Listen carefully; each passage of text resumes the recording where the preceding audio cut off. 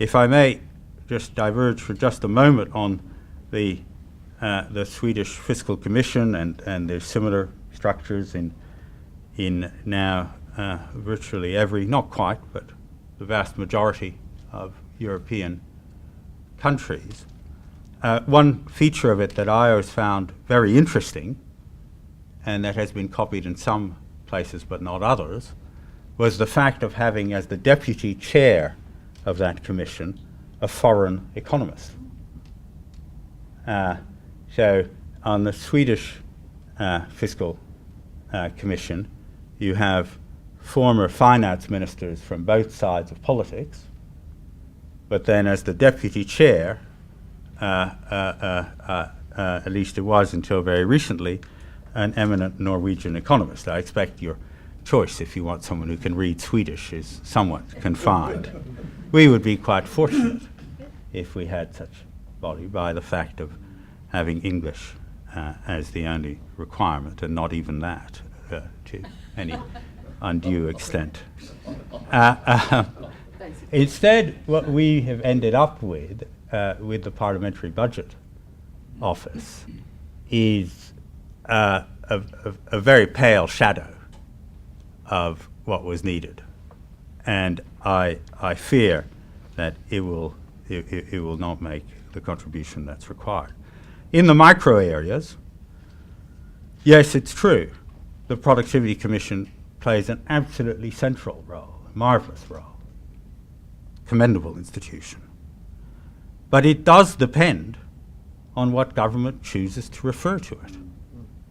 And that is so clear, not merely with the passenger motor vehicle and TCF non-inquiries, but even if you take this package that the government has just released for coastal shipping, clearly a crucial area, and shipping more generally, a crucial area with a big impact on our trade costs.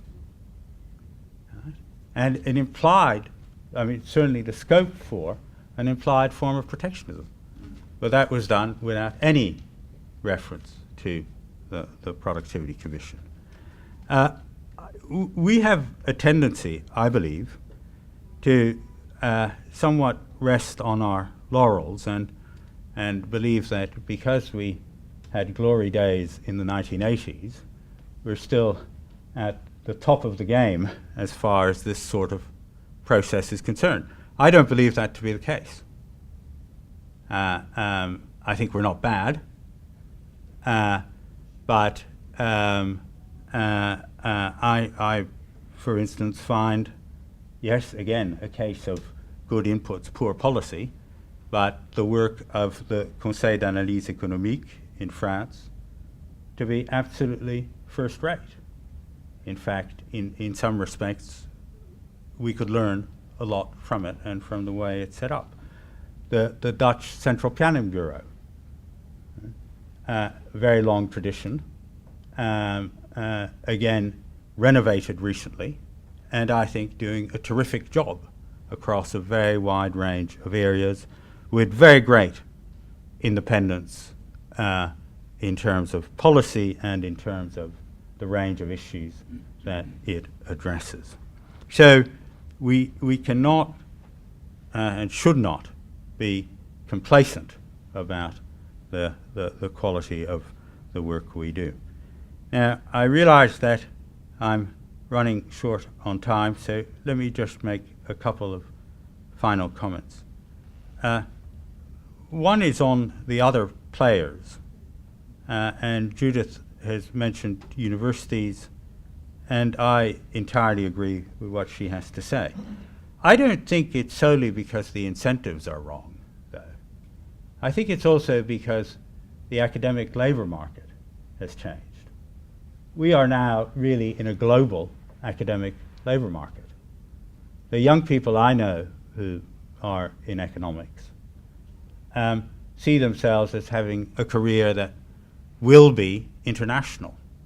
And as a result, their attachment to the sort of peculiar stakes of the economic battles of koalas and kangaroos that attachment to it and willingness to focus on it is necessarily limited.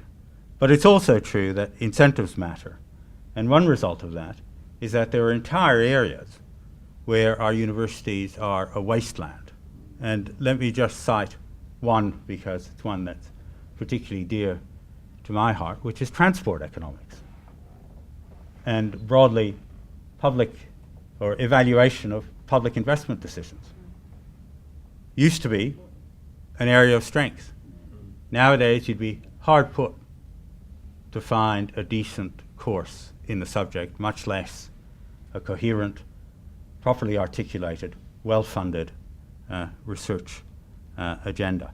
There is one thing that universities are doing that I think is quite good, and that is devoting more resources to compiling large data sets. Hilda strikes me as a case in point. What's being done with geospatial data through ORIN is another case in point. But to make use of that will require a focus and a commitment that at the moment is lacking. Economic consultants, the other one Judith mentioned, mixed blessing, and I can speak from introspection in that respect. Mixed blessing, in part taking up the slack and the weakness in the rest of the system, but desperately requiring that element of discipline and contestability that an advocacy process otherwise is going to sadly lack. Where to from here? Well, let me just say how overjoyed I am by Michael joining this institution and setting up this process. I think that's exactly the sort of thing that we desperately need. But of course, it's got to be much more than that, and the agenda, if we're to have better public policy debate in economics, the agenda that's required is huge. I remember years ago going to hear at, in the context of an OECD meeting, a senior Bundesbank official who was talking about the economic policy debate in Germany, which, as Michael will know, is quite highly structured and has these wise men and different institutions and so on, not a bad one.